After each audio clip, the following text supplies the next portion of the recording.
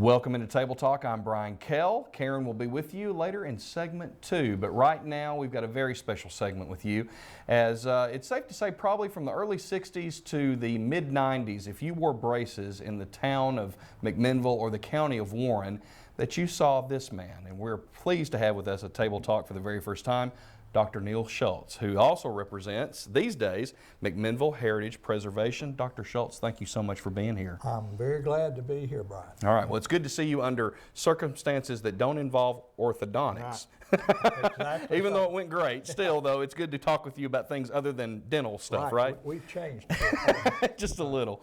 So one of the reasons why we wanted to bring you here is to talk about, if folks have been driving down Colville, for probably the last, I don't know, 6 months to a year? A little longer than that. Okay, actually. longer than that. We sort of evolved, and it has changed, and we had what we call the geyser, which was the water from the spring, and they thought that there was a leak in the city water system, which it isn't. It's simply the town springs being redirected as a geyser. Resprung in some way. Right. So, yeah, so if you've happened to be driving down Colville in Warren County and occasionally have seen some water leap into the air, then it's none other due to the work of the McMinnville Heritage Preservation team and organization in bringing back awareness for McMinnville's town spring. Tell us about why that is so important. Well, that area is actually where McMinnville began. That site is the beginning place of McMinnville. And the reason it is the beginning place and why they chose this area was because there was a reliable water supply. There are actually 3 springs down there, and they're independent springs, 3 independent sources of water. So water was important. And there was something else that is not there now.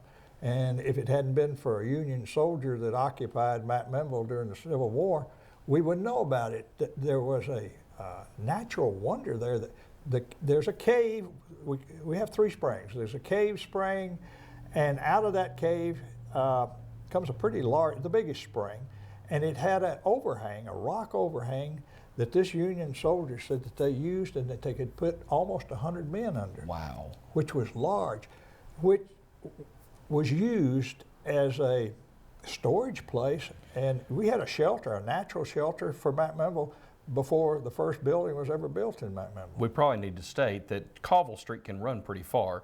This is kind of in the Colville Street area across from Warren, the farmer's market, Depot Bottoms, backside, I guess, over there next, butting up against Colville Street. So if you're curious about what part of Colville Street, that's the area we're talking about. Might mention this.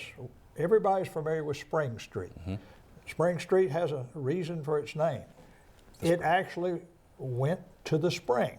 Now, you wouldn't know it now because during urban renewal, they severed the connection from the town springs to uptown McMinnville. So when you come down Spring Street by the First National Bank and you end up going into a wall, at one time, the wall wasn't there. Urban renewal made that wall, and you go down to the springs. So from 1810 until about 1884, there was constant movement on that street, down Spring Street. A lot in the bottom was called, we call it Egypt Alley now. There's different names, but they loaded up with water and wagons. We have a picture of that. Picture of a wagon they call the water wagon that Dad Lively made into a postcard in 1890. And anyway, they'd come up the Depot Street, and they'd go to the old, well, it was a Warren House Hotel then when they were doing that, and became later the Sedberry. But and McMinnville is a milestone. Your readers might enjoy reading that. That's the history of McMinnville. It mentions that something like 12 wagon loads of water would come up a day just to go to the Sudbury or to the Warren House Hotel. So we were dependent on the springs for our water supply until about 1884. And then when we got a city system of water, then they abandoned the springs, and what happened, they used it as a quarry. And I'll go to the next subject about black history. After the Civil War, that was the area of McMinnville that the black population moved to. And there was a quarry was operated by a man named Sam Leftwich, who had been a slave. Now, according to Mayor Haley, he was actually at one time when he was a slave owned by the Marbury family, and the Marbury family had financed him to have a quarry there, and it was called Leftwich and Marbury Stoneworks.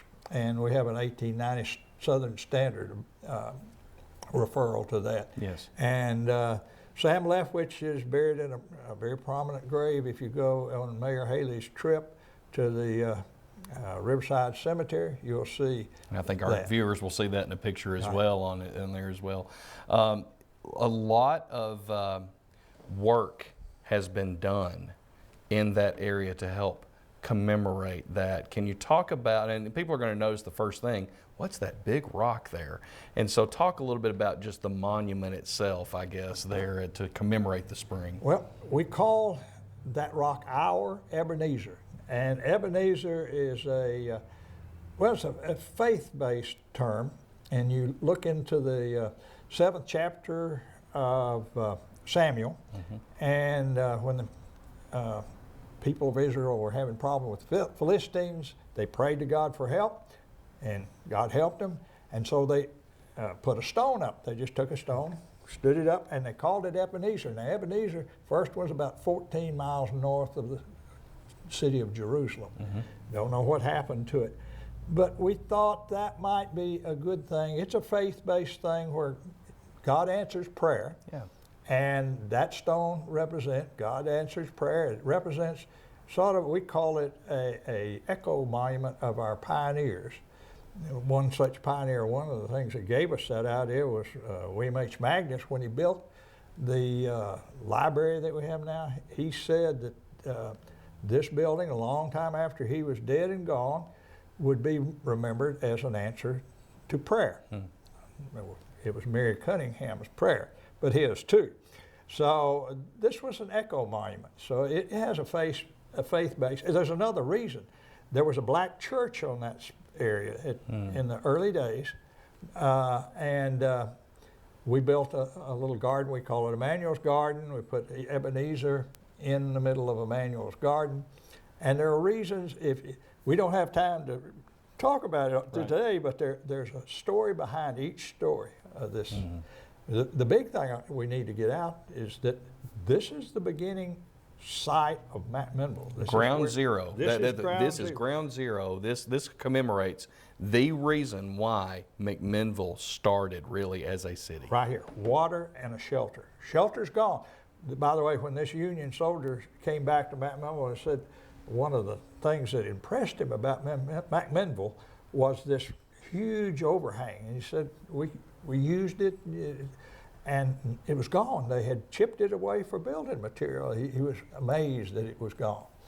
I know that we need to mention this, just in passing, is that quarry still has many stones that are the basis for so many buildings even today in McMinnville. Right, but I have to expand on that. All the way around the Greenway are quarries. McMinnville had a lot of skilled stonemasons. Sam Leftwich was one of them. This quarry at the town springs was one of the later ones used because it was a town spring for a long time. But if you go through McMinnville and you see stone foundations, they weren't shipped in here from Chattanooga. They were quarried. McMinnville stone. That's Warren County. McMinnville stone. It's I think if you look at the courthouse, the foundation of the courthouse, the First Methodist Church, all those things, all the places. If you don't see cinder block and see stone, they came from McMinnville, and we had some very skilled stonemasons in those days.